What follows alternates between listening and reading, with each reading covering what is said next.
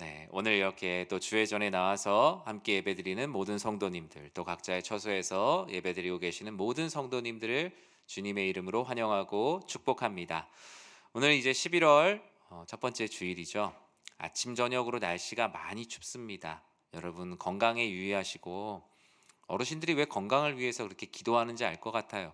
네, 건강이 안 좋으면 기도도 하기가 어렵고 예배드리기도 어렵고 성경을 읽기도 참 어렵지요. 여러분이 하나님께 영광 올려드릴 수 있도록 하나님께서 합당한 영육의 강건함 주시길 주님의 이름으로 다시 한번 축원합니다. 오늘 누가복음 10장 30절에서 37절 말씀 가지고 나는 어떤 이웃입니까? 라는 제목의 하나님 말씀 함께 나누고자 합니다. 여러분, 의인상이라는 상 들어보셨습니까? 의인상. 한 사기업에서 직접 만든 사회공헌 프로그램으로 정말 위험에 노출된 사람들을 돕거나 이 사회의 정의를 세우고 선한 영향력을 끼친 사람에게 주는 상이죠. 뭐 여러 지자체나 다른 곳에서도 주지만 특별히 한 사기업에서 이런 상을 주는 것을 보면서 참 인상적이다, 참 좋다라는 생각을 했습니다. 벌써 지난 7년간 우리나라에서 이 의인상을 수상한 분들이 170명 정도에 해당한다고 하니까요. 사회 곳곳에서 자기 자신을 넘어서 이웃에게로 들어가는 많은 의인들이 이 세상 가운데 있다는 것. 어쩌면 많은 사건과 사고의 소식 가운데 참 가슴 따뜻해지는 이야기가 아닌가 생각을 합니다.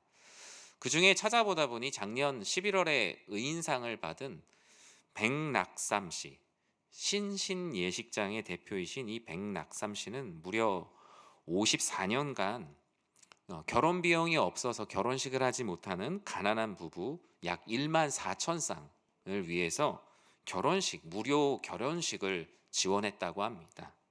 지금 이분도 그런데 암투병 중이시더라고요. 이제 자녀분이 그 역할을 감당해서 이 일을 계속 해나가려고 가족들이 마음을 모으고 있습니다. 이분은 이런 이웃 사랑을 하기 위해서 직접 건물 관리를 하시고 청소와 이 재원을 마련하기 위해 수많은 노력을 부부가 감당해 오셨다라고 하죠. 저는 이런 의인이라 불리우는 이웃들의 모습을 보면서 우리 그리스도인은 이 세상 가운데 어떤 이웃일까? 저도 과연 어떤 이웃일까 말씀을 통해서 또 이 사건을 통해서 이렇게 생각을 해봤습니다. 과연 하나님을 믿지 않는 사람들에게 그리스도인은 어떤 이웃으로 비춰질까? 생각만 해도 마음이 좀 부끄럽고 좀 마음 가운데 어떻게 살아야 될지에 대한 고민을 갖게 됩니다. 저는 오늘 말씀을 통해서 그리스도인들에게 이웃이란 누구까지가 이웃이며, 그리고 이웃을 위해 어떤 삶을 살아야 하는지, 그리고 이웃 사랑을 베푸시는 이들에게 주시는 주님의 선물은 무엇인지 오늘 말씀을 통해서 함께 나눠보도록 하겠습니다. 오늘 본문은 여러분들 읽으시면서 반가우셨을 거예요. 이 말씀은 내가 알지. 이 말씀은 신앙생활하지 않는 분들도 많이 알고 있는 말씀입니다. 바로 선한 사마리아인 비유입니다. 선한 사마리아인 비유는 이야기로도 신앙이 없는 이들도 많이 알고 계시고요. 심지어 선한 사마리아인 법이라는 이름으로 입법이 되어 있는 나라들도 많이 있고요. 우리나라 같은 경우에는 강제하진 않지만 2008년부터는 이제 공경에 빠지거나 응급 상황에 빠진 이들을 구조해야 될 의무로 2008년부터는 입법이 되어 있는 상태입니다. 예수님께서는 그런데 왜 갑자기 이 선한 사마리아인 비유를 얘기하셨을까? 이 이야기는 알고 있는데 이 말씀을 왜 하시게 되셨는지를 우리가 볼 때 이 비유의 참된 의미를 알 수가 있겠죠. 이 비유는 하나의 질문으로부터 시작을 합니다. 우리 그 질문을 같이 한번 보겠습니다. 25절 말씀 같이 한번 읽어볼까요? 어떤 율법 교사가 일어나 예수를 시험하여 이르되 선생님, 내가 무엇을 하여야 영생을 얻으리이까? 아멘. 이 선한 사마리아인 비유는 무엇을 하여야 영생을 얻으리이까라는 영생에 대한 질문으로부터 시작된 거예요. 율법 교사의 첫 번째 질문, 무엇을 하여야 영생을 얻을 수 있겠습니까? 즉 영원한 생명을 얻고 싶어 하는 이의 질문으로부터 이 선한 사마리아인 비유가 시작이 됩니다. 예수님이 갑자기 비유의 말씀을 선포하신 것이 아니라는 거예요. 무엇을 하여야 영원한 생명을 얻을 수 있겠습니까? 당시에 많은 사람들의 궁금함, 질문들이었죠. 사복음서 안에서도 이 질문을 가지고 예수님께 나온 이들이 얼마나 많이 있었습니까?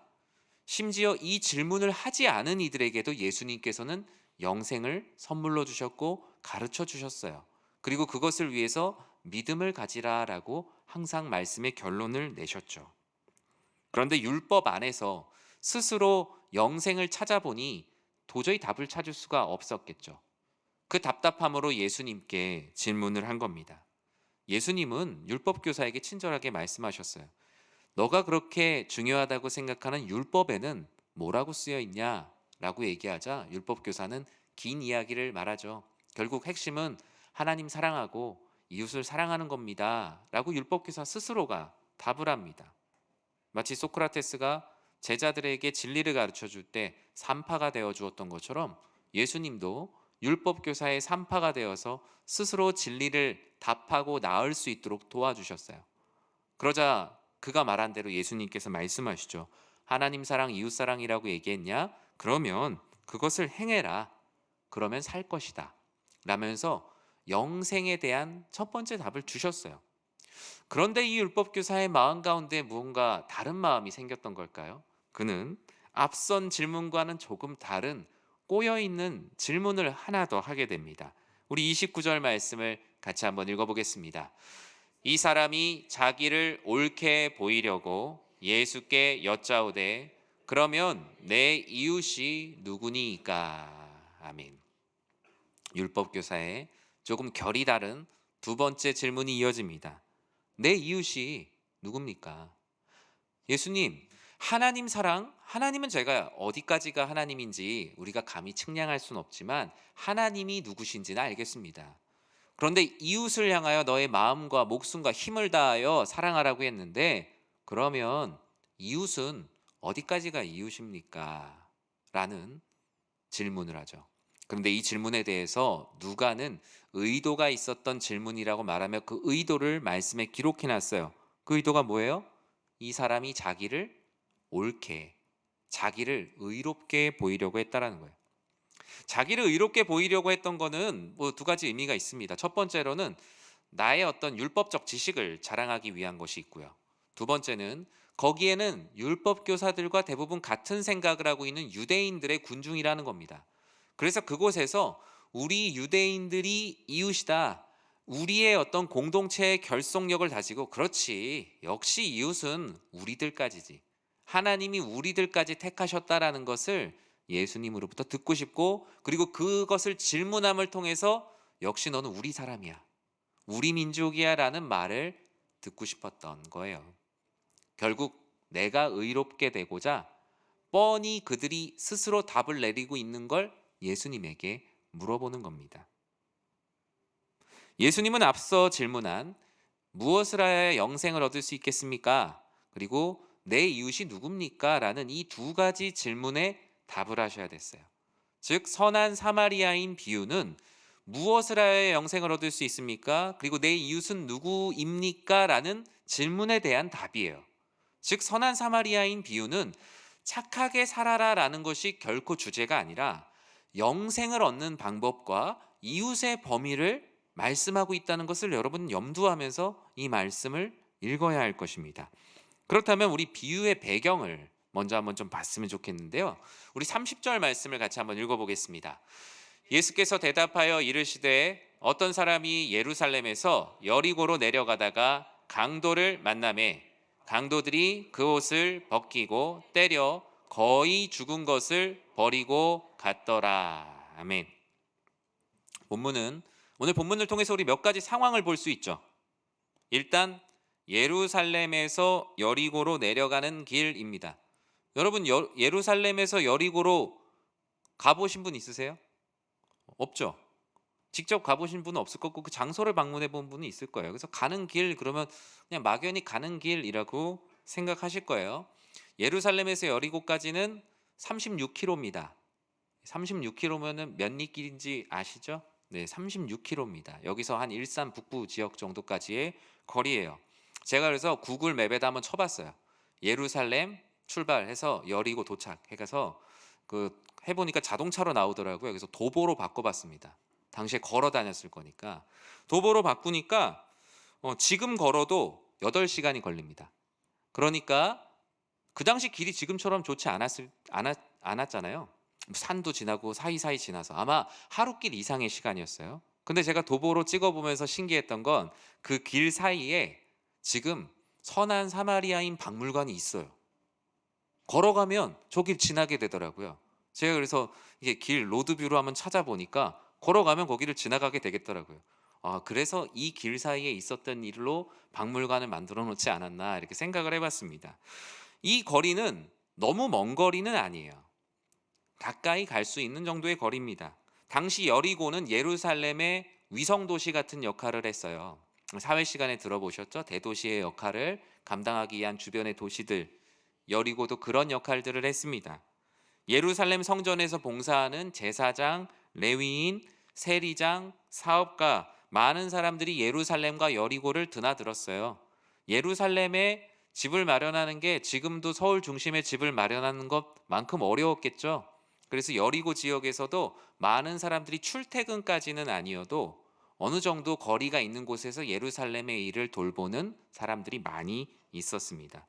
그러다 보니 왕래하는 사람들이 많은 곳이죠. 자연스럽게 그들을 노리는 강도떼가 많이 있었습니다. 이 강도떼는 뭐 기원 후 서기 400년, 500년까지도 해결이 안 될 정도의 일들이었다라고 학자들은 기록을 하고 있더라고요. 예수님이 말씀하신 이 어떤 사람은 그 길에서 강도를 만났고 거의 죽은 상태로 길에 버려졌다. 그러니까 가만히 놔두면 이 죽은 상태로 버려졌다는 의미에서 우리가 알아야 되는 건 스스로를 구원할 수 없는 사람이라는 거예요. 그리고 그냥 놔두면 결국에는 죽게 될 사람이다라는 거죠. 자기가 그 공경에서 벗어날 수도 없고 시간이 지나면 죽게 될 사람입니다.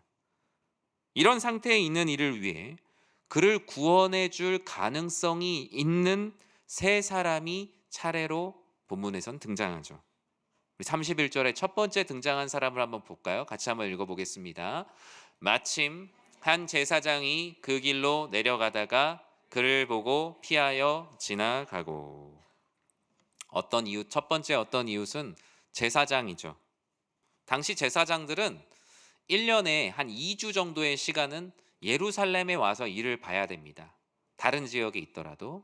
그래서 예루살렘의 일이 워낙 제사장으로서 해야 되는 일이 많기 때문에 이 예루살렘과 가까운 여리고 또는 여리고에 준하는 도시들에 제사장들이 많이 살았어요.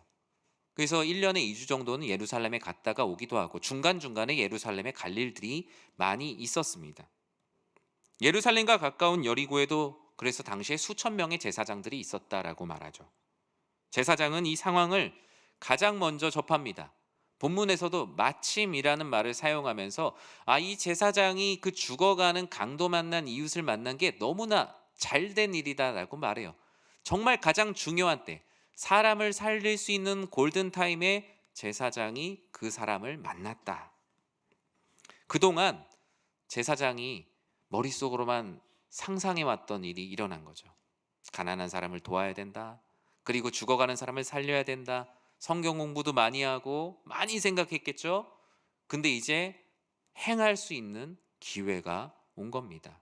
그 기회가 뭐 좋은 기회는 아니지만 어쨌든 죽어가는 사람을 살릴 수 있는, 말씀대로 배운 것을 해볼 수 있는 기회가 생겼는데 예수님은 그가 어떻게 했다라고 말하죠?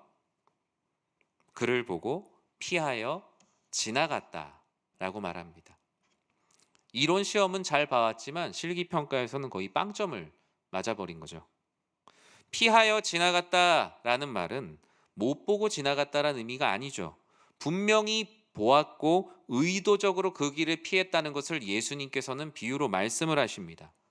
왜 피하여 지나갔을까요? 제사장이 왜 피하여 지나갔을까요? 뭐 아주 가장 원초적인 이유는 그냥 귀찮아서 싫어서 그랬을 수 있고요. 그리고 한 발 더 양보하자면 자신도 강도를 만날까봐 두려웠을 수도 있겠죠. 왜냐면 거기 강도를 만난 사람들이 많이 있었고 이 사람이 죽어가는 걸 보니 좀 전에 여기 강도떼가 있었을 거고 나도 괜히 거기 갔다가 죽게 되는 것 아니냐는 인간적인 두려움이 있었을 겁니다. 한 발 더 양보하자면 이미 죽었을 수도 있잖아요. 그래서 제사장으로서의 정결함을 지키기 위해서 죽은 사람 만지면 안 되잖아요, 정결법상. 그래서 빨리 이방인을 불러다가 신고를 해서 이방인을 빨리 불러서 이방인들 보고 저걸 치우라고, 저 시체를 치우라고 얘기를 하고 싶었을 수도 있습니다. 그러나 예수님의 말씀은 그 모든 것을 일갈하죠. 제사장은 강도 만난 이웃의 이웃은 되지 못했다. 제사장은 그들의 이웃이 되지 못했다라고 말합니다. 위로는 하나님을 사랑하고 옆으로는 모든 백성들을 사랑하고 섬겨야 될 의무를 가지고 있었던 제사장은 그 회당 안에서는 제사장으로서의 의무를 다했을지 모르겠지만 회당 밖에서는 하나님께서 기뻐하시는, 그리고 사람들이 기뻐할 이웃은 아니었던 거죠.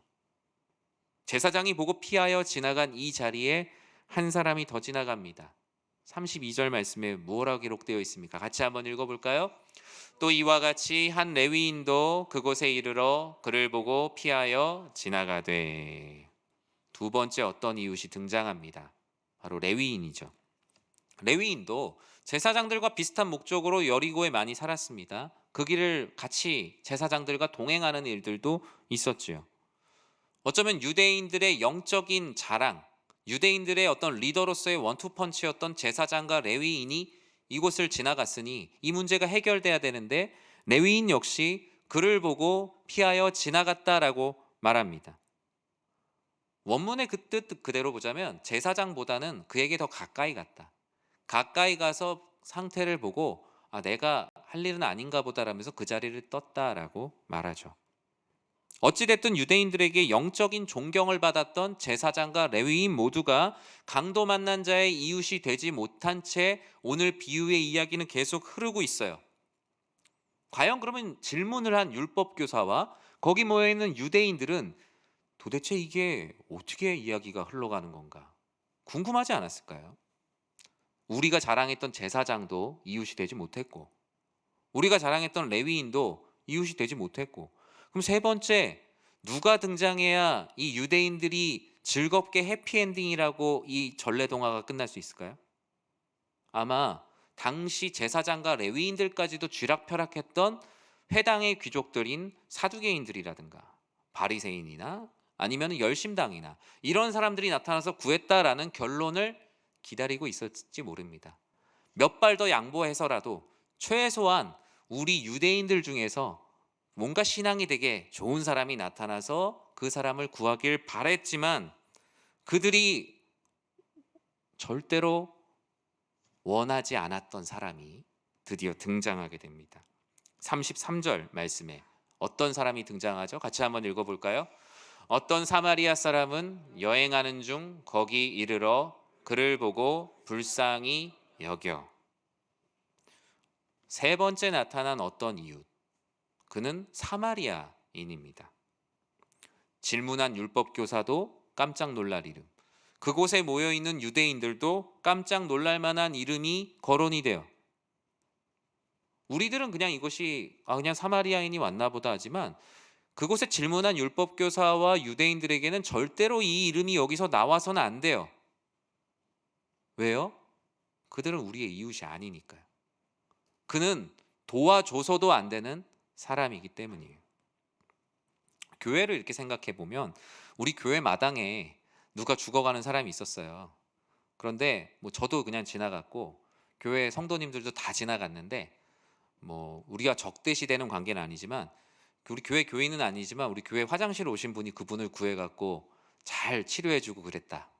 우리 많은 사람들이 지나갔는데 아무 일도 없었고, 그와 비교할 수도 없는 심각한 상황이 오늘 본문의 비유의 상황이에요. 왜냐하면 유대인들에게 사마리아인들은 이방인 정도가 아니라 원수예요. 그래서 선한 사마리아인이라는 이 단어 자체가 그들의 개념에는 없어요. 왜냐하면 사마리아인 앞에 수식어가 선한이라는 수식어가 붙으면 안 돼요. 예를 들어 선한 사기꾼 이런 거 없잖아요. 선한 연쇄살인범 이런 거 없잖아요. 유대인들에게 사마리아인 앞에는 선한이라는 말이 붙으면 안 되고 이웃이라는 말은 더더욱 붙으면 안 돼요. 이 당시뿐만 아니라 이 예수님께서 말씀을 하시던 이후에 100년이 지났을 때에도 유대인들의 기도문 안에는 이런 기도문이 있어요. 어떤 기도문이냐면요. 사마리아인들이 이방인들과 같이 멸망당하게 하시고 그들의 이름을 생명책에서 지워 주소서. 유대인들의 공식적인 기도문 안에도 마음에 갖고 있는 게 아니라 12가지 기도문 중에 하나에 들어 있을 정도로 사마리아인들에 대한 적대감은 이루 말할 수 없었어요. 그 적대감을 왜 가지게 되었냐에서는 여기서 다 말할 수는 없지만 어찌 됐든 적대감을 가지고 있습니다. 유대인들은 그래서 북쪽으로 여행할 때 사마리아로 가지 않고 요단강을 건너서 동쪽으로 크게 우회하면서 다녔어요. 그 땅을 밟는 것조차도 싫어서요. 그런데 예수님이 어떤 사마리아 사람은 이라면서 세 번째 사람을 얘기하게 되자 사람들은 아마 두 부류의 생각이었을 거예요. 질문한 율법 교사와 유대인들은 사마리아 사람이 당연히 지나가겠지. 지나간 정도가 아니라 그냥 그 사람을 어디다가 파묻어 버렸거나 아니면은 죽어가고 있는데 가서 완전히 숨통을 끊어 버렸거나, 그 사람들의 생각에는 사마리아 사람들은 그런 사람이에요. 그래서 세 번째 사람이 아니라 네 번째 사람에서 뭔가 승부가 나겠구나라고 생각을 했을 겁니다. 그런데 그 중에 이 예수님의 말씀들을 이전부터 들어왔던 이들은 마음에 불안한 마음이 생겨요. 저 사마리아 사람이 혹시 저 사람을 구해주면 어떡하지? 이거 실화가 아니잖아요. 비유잖아요. 비유인데도 그 유대인들 사이에 술렁거렸어요. 예수님께서는 그런데 후자의 일을 말씀하시죠. 그렇다면 예수님은 이 비유를 통해서 강도 만난 자의 이웃이 어떤 사람들이라고 말씀할까요? 강도 만난 자의 이웃은 불쌍히 여기는 마음으로부터 시작됩니다. 제사장과 레위인은 그를 보고 지나갔는데 그들의 마음 가운데 없었던 마음이 바로 불쌍히 여기는 마음이었어요. 그를 보았던 것은 사마리아인도 같지만 보고 나서 사마리아인의 마음 가운데 있었던 것은 불쌍히 여기는 마음이었어요. 불쌍히 여기는 마음으로 보니 죽어가는 그 강도 만난 이웃은 이 사람이 사마리아 사람이든 어느 민족이든 평소에 인성이 어땠든 평소에 나에게 어떤 사람이었든 아니면 이 길에서 이 사람이 이 피해를 당할 만한 심지어 강도였든 사마리아인에겐 중요하지 않았어요. 그에게는 죽어가는 한 사람으로만 보였던 거예요. 나에게 도움이 되느냐 나에게 피해가 되느냐가 아니라 그저 구원이 필요한, 도움이 필요한 사람으로 보였다라는 거예요. 사랑하는 성도 여러분, 나와 또 내가 속한 우리 교회가 이런 강도 만난 자의 이웃이 되기 위해선 이런 불쌍히 여기는 예수님의 마음이 필요합니다. 하나님께서 우리를 사랑하신 게 그와 같은 거거든요. 모든 세상의 사람들이 인생의 길에서 참된 구원을 알지 못하고 죽어가고 있는 거예요. 그런데 예수님께서 하나님의 보내심, 하나님의 아들을 내어주심을 통해서 이 인생의 모든 길 위에서 죽어가고 있는 우리를 위해서 십자가를 지시고 그 길 위에 오신 거예요. 그 길 위에 오셔서 죽어가는 사람을 살리시고 영원한 생명을 주신 거예요. 이미 우리는 그러한 은혜를 받은 사람들이에요. 길 위에 보내주신 진정한 이웃인 예수 그리스도로 말미암아 우리는 놀라운 구원을 얻었어요. 즉 하나님 사랑, 이웃 사랑이라는 건 그 이웃 사랑은 하나님 사랑으로부터 오는 이웃 사랑이에요. 그런데 주님은 불쌍히 여기는 것으로 그치지 않고 더 큰 결단을 요구하셨어요. 34절에 보면 사마리아인이 어떻게 행동을 합니까? 같이 한번 읽어볼까요?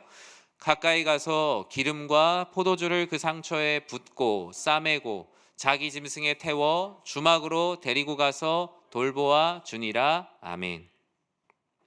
강도 만난 자의 이웃은 이 강도 만난 자의 참된 이웃, 그리스도인이 이웃이 되려면 우리 예배당 안에 갇혀 있는 신앙을 삶으로 끌어와야 됩니다. 그것이 바로 강도 만난 자의 이웃이 되는 거예요. 하나님 사랑에서 시작된 조건 없는 사랑, 하나님 사랑과 이웃 사랑은 예배당 안에 갇혀 있는 것이 아니라 믿는 사람들끼리만 하는 것이 아니라 예배당 밖으로 끌어오는 것입니다. 예수님께서 사복음서에서 계속 하셨던 것이 이거였어요. 회당 안에서 그들끼리 하나님의 사람이라고 여기는 그들을 회당 밖으로 계속 밀어내셨어요. 너희는 나가라. 가서 제자를 삼아라. 아버지와 아들과 성령의 이름으로 세례를 주고 내가 너희에게 분부한 모든 것을 가르쳐 지켜라. 회당 안에 모여 있는 것이 하나님의 사람이 아니라 밖으로 나아가서 그리스도인으로서 이 등경을 아래다 두지 말고 위에다 올려두라고. 예배당 밖으로 너희의 신앙을 끌어내라라고 말씀하셨어요. 그러나 계속 그들은 나가지 않았어요. 예배당 안에서 거룩을 쫓고 우리들 안에서 이 거룩이 곧 믿음이라고 생각하고 이웃을 회당의 영역 안으로만 생각을 했어요. 예수님은 계속 밖으로 나가셨고요. 그리고 밖에 있는 이들을 안으로 계속 끌어오셨어요. 안 나가려고 하는 이들을 밖으로 계속 내모셨고 안 들어오려고 하는 이들을 계속 안으로 들어오게 하신 것. 그것이 바로 강도 만난 자의 이웃이 되게 하시는 하나님의 사랑이었어요. 사마리아인은 가까이 가서 기름과 포도주를 꺼내서 상처에 붓고 싸매어 줍니다. 일종의 응급 조치를 한 거죠. 그리고 스스로를 구원할 수 없는 사람, 그 사람 앞에 다가가서 하나님의 사랑으로 사람을 살리죠. 단 한 번이 아니라 그를 가까운 숙박업소로 데려가서 그곳에 묵게 하고 자기가 가지고 있는 돈의 일부를 그 주막 주인에게 주면서 앞으로 이 사람이 치료할 수 있도록 이걸로 일단 충당하라고. 이 데나리온은 지금 그 당시엔 숙박료가 되게 쌌어요. 그래서 이 데나리온으로 최소 한 달 이상을 그곳에서 묵을 수 있습니다. 충분히 회복할 수 있도록. 그리고 나서 뭐라고 얘기하죠? 오늘 본문에서는 35절에 다음과 같이 말합니다. 그 이튿날 그가 주막 주인에게 데나리온 둘을 내어주며 이르되 이 사람을 돌보아 주라. 비용이 더 들면 내가 돌아올 때 갚으리라 하였으니. 우리는 이 말씀을 들을 때 크게 놀라진 않습니다. 그냥 많은 자비를 베풀었구나 하지만 이 말씀을 듣고 있던 율법교사와 유대인들의 세계관 안에서는 큰 망치로 맞은 것과 같은 말씀을 듣게 돼요. 그 표현이 뭔지 아십니까? 바로 갚겠다라는 말이에요. 사마리아 사람이 어떻게 갚을 수 있지? 유대인들에게 누군가를 위해서 갚는 것, 속전의 행위는 혈육과 가족들 사이에서 하는 거예요. 그러니까 사마리아 사람은 지금 이웃이 된 것도 놀랄만한 일인데 이 사람은 강도 만난 자를 위해서 이웃이 아니라 그의 가족이 되었던 거예요. 유대인들에게 이 사마리아 사람이 이웃이 된 것도 충격이었는데 가족처럼 베푸는 그 사랑은 감히 이해할 수 없는 놀라운 사랑이었던 거예요. 제사장과 레위인들에게 기름과 포도주가 없었을까요? 그들은 누구보다 기름과 포도주를 잘 다루는 사람들입니다. 어디서요? 예배당 안에서. 하지만 그들은 예배당 밖에서는 기름과 포도주를 다룰 줄 모르는 사람이었어요. 그들이 가지고 있는 신앙은 철저히 회당 중심의 신앙이었고 회당 밖에서는 회당 밖에 있는 이들의 이웃이 되지 못했어요.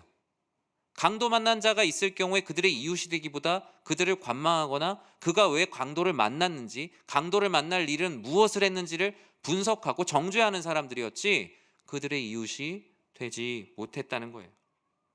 하나님께서는 우리가 가지고 있는 믿음을 예배당 안에 가둬두는 것을 원하지 않으시고 예배당 밖에서 사용하여 예배당 밖에서 참된 이웃이 되기를 원하십니다. 저는 우리의 주일을 그렇게 꿈꾸고 있어요. 우리가 주일날 이곳에 와서 예배 드리는데 이 지역에 있는 사람들이 우리를 이웃이라고 생각하기보단 차 많이 몰고 와서 불편하게 하는 존재, 괜히 많이 사람들 모여서 찬양 불러서 시끄러운 존재가 아닌가. 그렇다면 우리는 어떻게 해야 될까요? 예배당 밖에서 이 지역에 있는 분들에게 참된 그리스도인으로서 그 이웃이 어떻게 살아야 되는지를 사역으로 펼쳐나가야 돼요. 우리들끼리 여기서 아무리 기름과 포도주를 멋지게 사용한다고 하여도 밖에 있는 사람들에게는 아무런 의미가 없거든요. 강도 만난 자의 참된 이웃이 되기 위해서 우리 교회의 모든 사역은 예배당 밖을 향하여야 합니다. 강도 만난 이웃이 어디에 있는지, 그들을 향해서 어떤 존재가 될지 끊임없이 기도하는 착하고 충성된 종, 또 우리 교회가 되기를 전 진심으로 축복합니다. 말씀을 맺습니다. 저는 오늘 말씀을 준비하고 나누면서 나는 과연 어떤 그리스도인인가? 나는 과연 어떤 이웃인가? 또 우리 교회는 과연 이 지역 안에서, 이 하나님 나라 안에서, 이 세상에서 어떤 이웃인가를 돌아보게 됩니다. 우리는 지난 한 주 국가 애도 기간을 보냈습니다. 우는 자들의 이야기를 들으며 함께 울고 같이 기도하는 애통한 시간을 우리는 보냈습니다. 그들은 우리의 가까운 곳에 있었습니다. 예루살렘과 여리고를 왔다 갔다 했던 그 길에서 언제든지 만날 수 있는 이웃이었죠. 누구나 갈 수 있는 그 길에서 참담한 일을 겪었습니다. 예수님은 이 상황을 통해서 우리에게 물으십니다. 너희의 이웃이냐? 우리의 마음과 기도가 강도 만난 이웃을 우리의 기준 안에서 밀어내지 않길 바랍니다. 오히려 그들을 품어야겠죠. 그런데 사실 오늘 본문은 해피엔딩으로 끝나지 않습니다. 오늘 본문 선한 사마리아인의 비유는 씁쓸하게 마무리가 되죠. 예수님께서 물으셨습니다. 자, 내가 이런 비유를 얘기했는데 이 세 사람 중 누가 강도 만난 자의 이웃이 되겠냐라고 예수님께서 직접적으로 물으시죠. 아마 이 율법교사는 큰일이다 싶었을 거예요. 왜요? 나를 옳게 보이려고 시작한 질문이 지금 내가 내 민족을 부정해야 되는 답을 하게 생겼어요. 왜요? 사마리아인이라고 답을 해야 되잖아요. 그런데 오늘 본문의 율법교사는 사마리아인이라고 답을 하지 않습니다. 37절에 뭐라고 답을 합니까? 이르되 자비를 베푼 자니이다. 이 말씀은 그냥 한글 성경에서 보면은 잘 이해가 안 될 수 있지만 원래 의도대로라면 그는 사마리아인이라는 말을 할 수가 없었던 거고 하기 싫었던 거예요. 사마리아인입니다라는 말이 여기까지 올라왔다 할지라도 말할 수가 없었던 거예요. 그는 끝까지 인정하지 않았습니다. 마치 무엇을 하여 영생을 얻을 수 있습니까? 라고 젊은 청년이 찾아왔을 때 내 모든 재산을 팔아 가난한 사람에게 나눠주라 할 때 저에게 이런 놀라운 은혜를 주셔서 감사합니다라고 말하지 않고 어떻게 했죠? 근심하며 돌아갔다라고 말해요. 이 영원한 생명은 쉽게 얻을 수 있는 것도 율법을 지킨다고 해결되는 게 아니라 오직 하나님께서 주시는 특별한 믿음이 그 안에 자리 잡을 때 가능하다는 것을 보여주죠. 그래서 그는 자비를 베푼 자라는 우회적인 표현으로 말하죠. 아마 예수님은 참 징하다 생각하실 수도 있습니다. 아마 허탈한 웃음을 지으면서 그래, 너의 생각은 알겠으니 느낀 것이 있을 것이다. 가서 너도 이와 같이 하라. 라면서 율법교사와 그곳에 있는 모든 이들이 가지고 있었던 민족주의적 구원 간의 엄청난 균열을 만드십니다. 이것이 바로 복음이 가져오는 그 시대 가운데 변화였던 겁니다. 사랑하는 성도 여러분, 여러분은 그 한계를 뛰어넘으시기 바랍니다. 그래서 정말 강도 만난 자의 이웃이 되는 삶, 그리고 우리 교회도 기존의 많은 교회들이 가지고 있던 그 영역을 뛰어넘는 교회, 그런 탈피하는 교회가 되기를 전 진심으로 축복하고 기도합니다. 우리의 신앙을 예배당 안에 가둬두지 마시고 예배당 밖에서 더 멋진 그리스도인이 되시기 바랍니다. 오히려 그 가운데서 저 사람은 그리스도인으로서 우리의 참된 이웃이다라는 칭찬을 듣는 삶, 하나님께서 기뻐하시는 그런 삶을 살아내시길 주님의 이름으로 간절히 축원합니다. 기도하겠습니다.